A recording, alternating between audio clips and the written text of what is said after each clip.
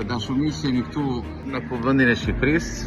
Tani I kishin dhënë mundësi Belinda Balluku, se pandehura Belinda Balluku, të na bënte moralin këtu në parlament, ndërkohë që nuk do të ishte këtu, nuk do të ishte në atë foltore, po do të ishte në SPAK. Do dali para drejtësisë e zhveshur nga pushteti, dhe jo si zëvendës kryeministre, po si një qytetare thjesht e akuzuar dhe në hetim dhe pandehur nga drejtësia, sepse ka abuzuar me paratë të qytetarëve shqiptarë. Kuvendi, kryetari I parlamentit bashkë me Taulan Ballën, kryetarin e grupit parlamentar të Partisë Socialiste, vendosën që nuk duhej kundërshtuar Belinda Balluku ndërkohë që fliste, dhe vendosën që të më përjashtonin. Në këtë parlament nuk mundet të flitet për korrupsionin e Belinda Ballukut, nuk mund të kundërshtohet Belinda Balluku ndërkohë që flet, sepse Belinda Balluku është njeriu më I ngushtë I Edi Ramës, dhe kjo është arsyeja pse të gjithë përfaqësuesit e tjerë të majorancës janë akuzuar nga SPAK-u apo janë marrë të pandehur nga SPAK-u,